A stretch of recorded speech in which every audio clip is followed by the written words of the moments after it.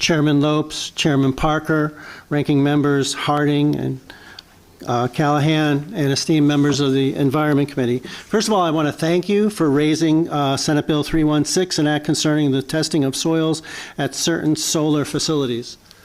I'm turning to you guys for help. Totally different from previous testimony about things by the shore. I represent about 100,000 people in north central Connecticut. To the north of my district is the Commonwealth of Massachusetts, and it's pretty much evenly split 50-50 on either side of the Connecticut River. We have had in the last decade a proliferation of solar arrays in our neck of the woods. And I'm not here to say it's not a good idea, but we've had our share of the wealth and we're ready to share it with other parts of the state. Here's what I'm concerned about, and my constituents are very concerned about. It may be great as far as generating electricity, getting it on the grid, but we don't know the long-term effects of having rainwater travel through all these solar arrays. Where I represent, when I grew up in the town of Windsor, just north of here, and it was known as the Tobacco Valley. My first job at 14 was picking tobacco in the Tobacco Valley. We are world famous for the shade tobacco that has been grown there for decades. And it's filled with wonderful alluvial soils.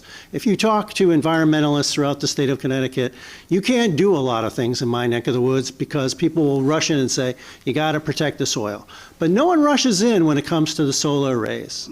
So the concern as these things have proliferated in my neck of the woods is that they're getting closer and closer to residential areas. And also in my area of the state, we have a very high water table. A lot of communities have individuals that rely on well water. And no one really knows the long-term consequences of having these arrays start being placed. And I'm not talking about on your house, that's person's individual responsibility and right. But these are the large-scale ones that you see more and more of. And people are very much concerned. So what this bill will do is it requires the commissioner, the Department of Environmental Protection to test the soils on a biennial basis. Now, the kiss of death, we all know, representatives, senators, is if it gets a fiscal note, it's got a tough row to hoe. But I'm urging you, you can help me out by passing this bill out of committee. I know that I have to talk to the Deputy Commissioner, Ms. Simino, or Commissioner Dykes and argue with them about do they have adequate funding? Can they help us out? Leave me to fight that fight down the road. But if you can get this bill out of committee, then you'll give me some more leverage to bring this issue to the fore. We've tried to go the Energy and Technology Committee route. It's like a dead end. I don't know why, but we can't get legislation for a moratorium or anything like that heard in that committee. But in this committee, I hope you're sensitive to the fact that we just don't know the long-term impacts of these solar arrays. And the last thing that my constituents want is contaminated water table, contaminated well water, or when they've run their course, that we won't have the best farmland in the world. We're going to have contaminated soil that we can't use for its God-intended purposes. We don't know what's draining into there. Is it heavy metals? Is it other contaminants? And so I'm trying to get the Department of Environmental Protection to come and test the soil, and that's what this bill does. I will say this. I spoke earlier this week with the Chief of Staff of Governor Lamont's administration, Matthew Brockman. He knows that I have a difficult uphill battle, but he said, fight your fight. Because the commissioner is going to say, I don't have it in my budget. But let me fight that fight. Let me help keep the soil up in north central Connecticut as pristine as it has been for centuries. And I'm turning to you to support this bill moving forward. Thank you. Thank you. Representative Redding, I don't know, whoever wants to go first. Reddington Hughes, followed by Senator Harding. Thank you, and thank you for coming in and really vocalizing, because this is a problem. My question has to do with the responsibility for the soil testing itself.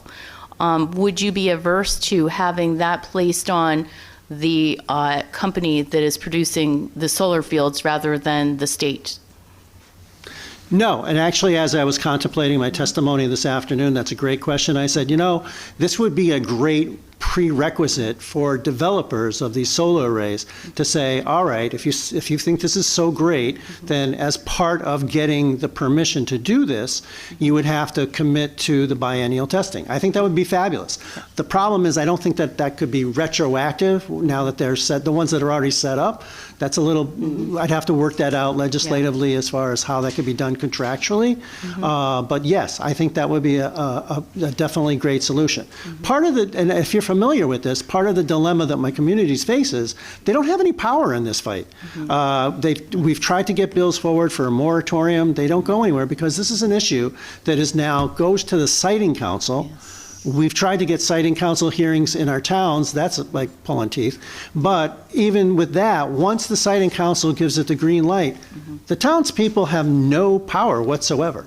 And so I'm just trying to get my communities some ability to weigh in on this to protect the health and safety of their constituents, which is our primary focus. But that's a great idea. Well, thank you for bringing this to our attention because there are studies out there right now looking at PFAS that is coming off of those panels. So I certainly will follow this closely. Thanks. Thank you, Representative. Senator Hardy? Thank you, Mr. Chair. Very happy to see you there, Senator. Incredible senator for your district. And I will say one thing, that if anyone's going to fight for their district and getting a bill across, it's you. So it is in good hands with you, Senator Kissel. You fight hard for your district. I'm honored to be in a caucus with you and all you do for your communities. And I think this is a great example of that because it's very parochial what you're dealing with. But it's not only parochial to your district because I think that's happening in a lot of places. I've seen it in Torrington, in my district, in solar fields getting placed ubiquitously by the siting council. Fortunately, we did pass a bill out of committee today that would put some more local representation on the siting council. I think that's a good start.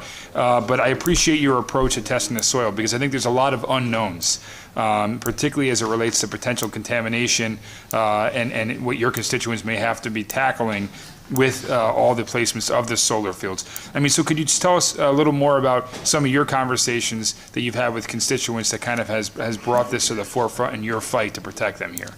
Sure. So it's a battle between, we have a lot of farmers, especially tobacco farmers.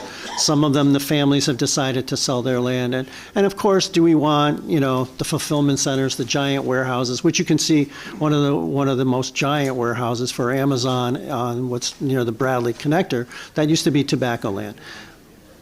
For the beginning of this process, people were very excited about green energy, having this energy created sort of off the traditional grid, and it was in areas that weren't really touching residential communities.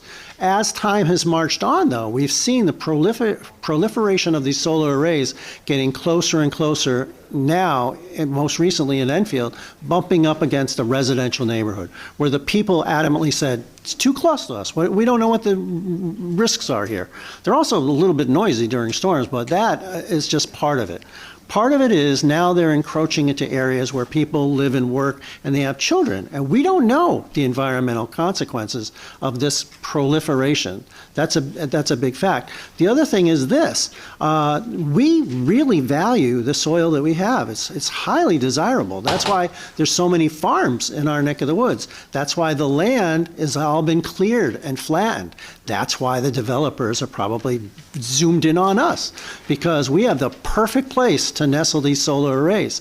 But as they get closer to residential neighborhoods, and one thing about, for example, we have a community college, it's called Asnuntuk. I actually was at a breakfast there this morning. I told someone that's Native American for fresh water. In my neck of the woods, Enfield and my surrounding towns, the water table is very high, and it's very noteworthy to have fresh water in that part of this of the state. But that means it's also very potentially contaminatable, if that's a word, and so we're protective of that. And I will just say this. With the tobacco fields, I had to get millions of dollars when Governor Rell was governor to remediate soils near, at that time, Fermi High School. You would think it was pesticides. It wasn't. It was actually the lubricants that they put on the tractors to do the farming that had seeped into the water table, and it cost the state of Connecticut, ultimately, after my advocacy and my colleagues, millions of dollars to remediate. So are we getting a pig in a poke? We don't know what we're getting. The initial thing is green energy. love it, but we don't know the potential deleterious consequences. And so my constituents are really getting nervous. It's getting too close to their families, to their children, to where people live, work, and play. It's not we're out of sight, out of mind. It's right up close and personal, and we can't stop it. The Siting Council doesn't want to hear our arguments. Well, thank you, Senator Kissel, and I share your concerns, and I look forward to working with you to get this out of committee and get some results for your constituents. Always like working alongside you and fighting with you. Your leadership is greatly appreciated, the leadership of this committee. Thank you. Any further questions? I see one. Thank you, Mr. Chair. Thank you, Senator. I share a lot of your concerns as well. I do agree that I think we have gotten maybe a little over our skis on the siting of these solar arrays. I have them in my district and been, very, public campaigns against. In my neck of the woods, I've seen more, clear cutting of forests than siting them on farmland, but the same issue nonetheless, and I think we do need to continue to look at this. My question for you, do you know, is there, on this particular issue of the soil contamination, are there, I haven't seen any studies, is there any science? I just haven't looked at it closely enough. I was wondering if you could point me to that. I think that's a great question, and I would have my staff look further into that and get you that information. I know that I've heard from constituents that have gone online and they've discovered things, but I haven't cataloged them and I don't have them at my fingertips. But I will set my research team to work and to get you as much information as I can regarding that issue. And I know that deep in their testimony mentioned that was one of the things that they weren't sure. But I think we should get more information on that. I think it would not be unreasonable, and I think Representative Hughes mentioned this, as part of the application that I believe we passed a bill last year to require applicants before the Siting Council for these projects to have a plan to decommission the panels. We should similarly have a plan for testing if we decide that the science supports that or something of that nature is added to the process. I think that would be very reasonable, and I can't imagine there should be too much objection to that. So. Thank you, Representative. And Manchester, in your neck of the woods, isn't far away from my neck of the woods. This is not a Republican-Democrat issue. I want to give props to Representative Jamie Foster, who's worked very hard to try to limit the proliferation of these solar arrays in her area, including Ellington, which we share, Representative Hall. But even at the end of the day, if you get this bill out of this committee, and I have some time to work with Deep, who I have a good relationship with Commissioner Dykes, maybe the half a loaf that I'm going to have to be happy with, and my constituents, is that going forward, as part of the application process, the developers have to commit to paying for this testing on a reasonable basis going forward.